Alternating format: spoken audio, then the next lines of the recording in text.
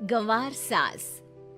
ममता ने अपने बेटे को पढ़ा लिखा कर बड़ा आदमी बनाया। अब वो शहर में अपने परिवार के साथ रहता है।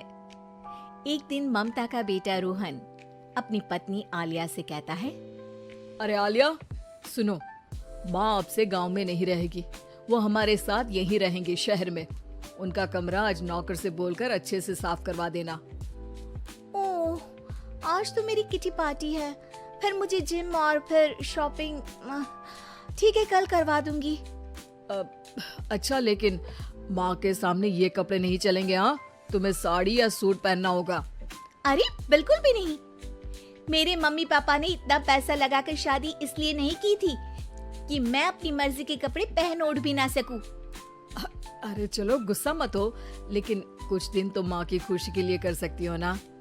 लेकिन आलिया मानती नहीं।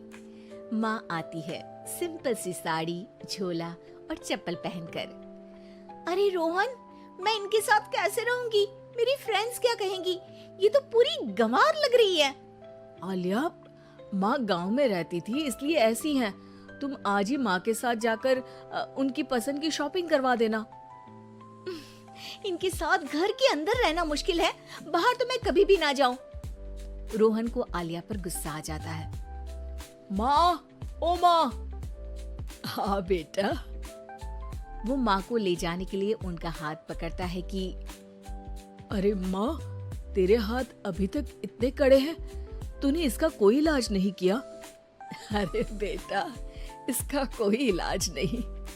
वैसे भी मुझे कोई शर्म नहीं कि मेरे हाथ मुलायम नहीं है, क्योंकि इन्हीं हाथों से मेहनत कर मैंने तुझे बनाया है बेटा।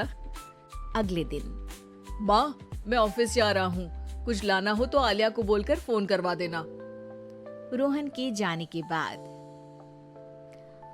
आप ना आज कमरे में ही रहिएगा। घर में पार्टी है, मेरी सहेलियां आ रही हैं। मैं उन लोगों के सामने आपको नहीं ला सकती हूँ। ठीक है बहू, लेकिन तुम कहो तो मैं कुछ खाने को बना दूं तुम लोगों की पार्टी के लिए। वो लोग सिर्फ कॉन्टिनेंटल या थाई फूड ही खाते हैं। कोई बात नहीं, कभी इंडियन खिलाने वाला कोई मिला नहीं होगा ना।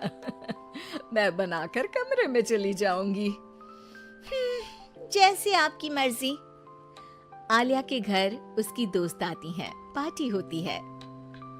अरे वाह आलिया, ये क्या है खाने में? बड़ा ही स्वादिष्ट है यार, इसकी रेसिपी मुझे चाहिए। हाँ, और ये दाल, ओ माय गॉड, मैंने तो किसी 5 स्टार में भी ऐसी दाल नहीं खाई है यार। तू कुक को यहाँ बुलाना। अब आलिया घबरा जाती है। हाँ हाँ, क्यों नहीं। माँ जी, जरा बाहर आइए। आलिया की सास सिंपल सी साड़ी और गांव के अंदाज में आती है। अरे बहू, क्या हुआ? खाना पसंद नहीं आया क्या? बहू? अरे ये गांव से दिखने वाली औरत तुम्हें बहू क्यों बोल रही है? कौन है ये? वो हमारी नई नौकरानी है। सास बहू की बात सुनकर बहुत दुखी हो जाती है। वो सर झुकाकर जा ही रही होती है कि एक सहेली बोल पड़ती है। अरे कहाँ जा रही हैं माँ जी? वो उठकर उनके पैर छूती है। जीती रहो बेटा। क्या है ना, आपकी शक्ल बिल्कुल मेरी माँ जैसी है। पता है आलिया, मैं शहर पढ़ने आई और फिर शहरी हो गई, लेकिन मेरे माँ पापा तो आज भी गांव में रहते हैं, बिल्कुल इनके जैसे ही हैं। आप यहाँ बैठिए ना आंटी, आप सच में बड़ी खूबसूरत है और आपके हाथ का खाना तो लाजवाब है। काश ये मेरी सास होती। सभी सहेलियां सास को घेर कर बैठ जाती हैं और उनसे खाने की रेसिपी पूछ रही होती है कि तभी घर की बेल बजती है और रोहन आता है। अरे क्या बात है, आज आप लोग हमारे घर में? और ये लोग तो मुझे आलिया से ज्यादा माँ की सहेलियां लग रही हैं। क्या ये आपकी माँ है? लेकिन आलिया ने तो कहा कि ये उनकी नौकरानी है और इन्होंने भी नहीं बताया।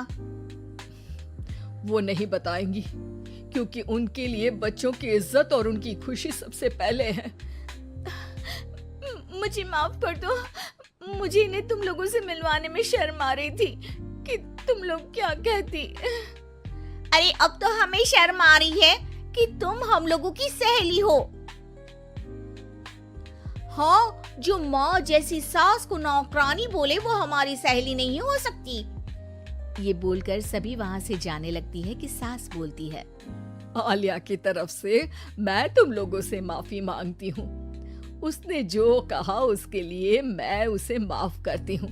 अब तुम लोग भी उसे माफ कर दो, क्योंकि अगर तुम लोगों ने उससे दोस्ती तोड़ी तो फिर मेरे हाथ का खाना कैसे खाओगी? नहीं नहीं आंटी, जरूर आएंगे, लेकिन अब आलिया की नहीं बल्कि आपकी सहेली बनकर।